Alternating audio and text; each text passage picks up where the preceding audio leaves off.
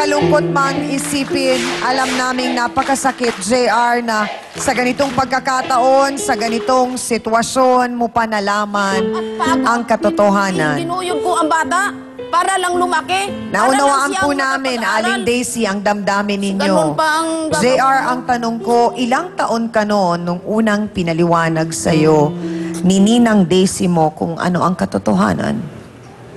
Or naaalala mo ba kung ilang taon ka noon nung una kang tinutokso ng mga kaklase mo?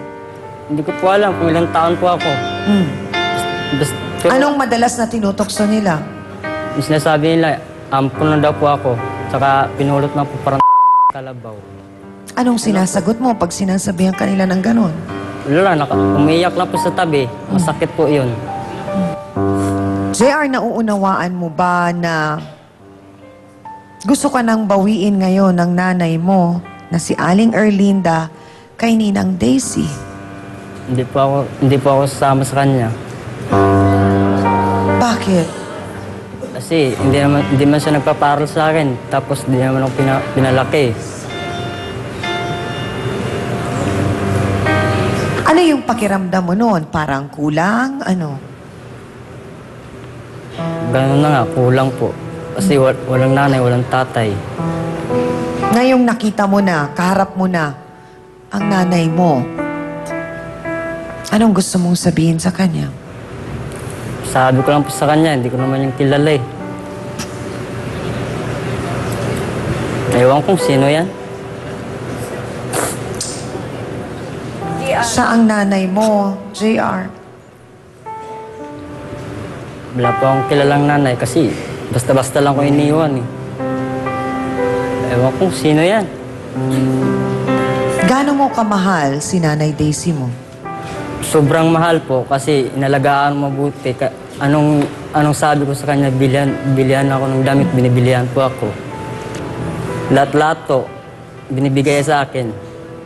Ang sabi ni nanay mo, kaya kanya kinukuha ngayon kasi kailangan ka na niya na tumulong sa kanya. Handa ka bang tulungan si Nanay Erlinda mo? Hindi po. Bakit? May asawa naman po yan eh. Ang sabi kanina ni Ninang Daisy mo ay hayaan niya na ikaw ang magdesisyon dahil ikaw ay nasa edad na. 19 ka na, JR. Ano ba ang iyong desisyon? Yung pipiliin ko ito po eh. Mahal na mahal ko po. Naga po yung nanay mo. Nanay mo. Gusto kita mayakap. Dali lang, JR. Huwag mong itulak, nanay mo yan. JR! Aling Erlinda, Nanay mo, kilalahanin hindi mo. po ninyo pwedeng ipilit ng ganon. Nung bata mo, hindi mo iniiwanan mo, wala ka ng balita. Kung na ano nangyayari sa Yan po yung bata. pinaliliwanag namin, Aling Erlinda, na hindi po ninyo pwedeng basta-basta na lamang po Anong mangyayari ipipilit sa batang wala na kayo? tanggapin kayo ng bata. Hindi po ganon kadali yun, Aling Erlinda, kasi nung mga oras po na kailangan kayo nung bata, wala po kayo. So ito po yung sinasabing resulta ng ating pong naging desisyon. So kailangan po nating harapin ito at tanggapin. Kaya naman po, hindi na namin patatagalin pa dahil alam po namin na tanging ang trio tagapayo lamang po ang makakatulong sa ating pong mga bisita ngayong umaga.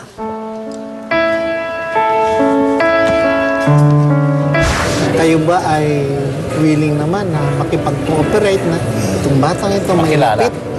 Ang damdamin niya sa mga magulang. Okay sa akin po. Pero hanggang ganun muna. Hanggang lang. Pero, ang bata ang magdesisyon kung saan siya sasama sa amin dalawa. Oo, ganun hindi niyo lang. po pwedeng pilitin po. Hindi nila pwedeng Sarili niyo.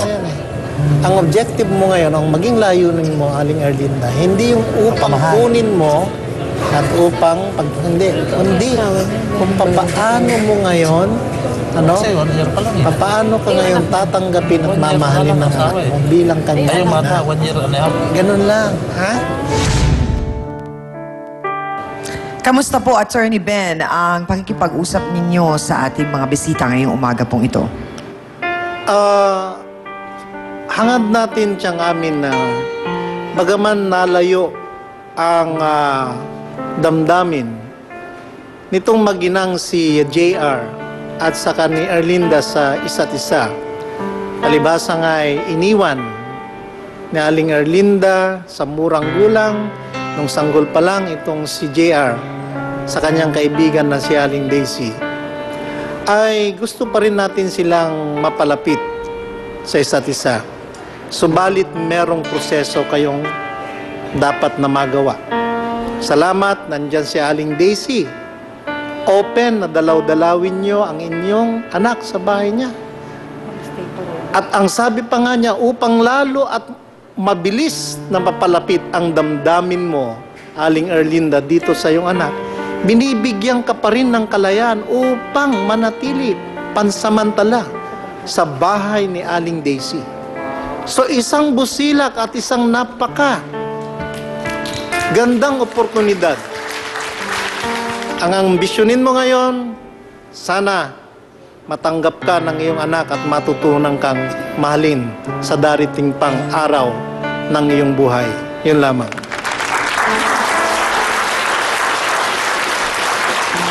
Alam nyo, Aling Erlinda at Aling Noli, unang-una po, napakahirap po na yung makita nyo na ibibiglain nyo ang isang tao sa mga ganitong klaseng sitwasyon.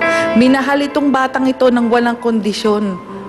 Dahil kasi gusto niya na kahit itong batang ito, alam niyo naman po na ang napakahirap para magampanan ni Aling Daisy yung pagiging isang ina, pero ginawa po niya yun.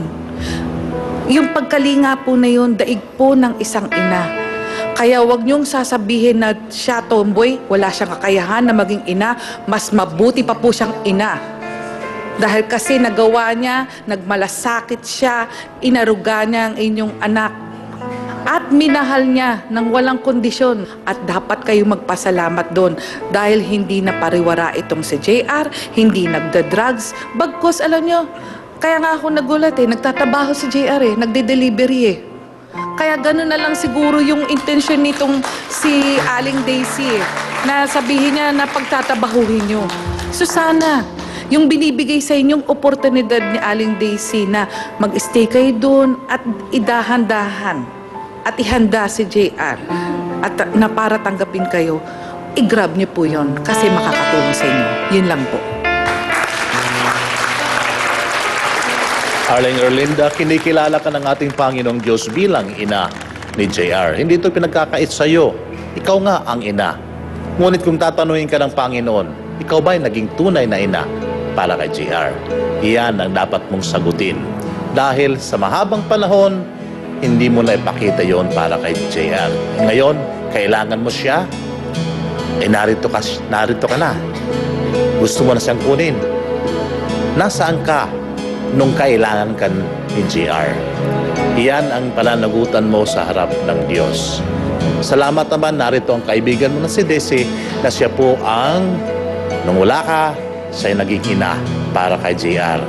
Sana naman itong episode na ito ay maging aral po sa lahat ng mga tao na tayo po ay itinuturing ng ating Panginoon na mga anak ng Diyos. Pero siya ay nagpakilala na siya nga ang ating Ama. So ang mga ina rin, ang mga ama, dapat gampanan nila ang kanilang tungkulin para sa kanilang mga anak. Yun lang po. Salamat po sa ating trio tagapayo.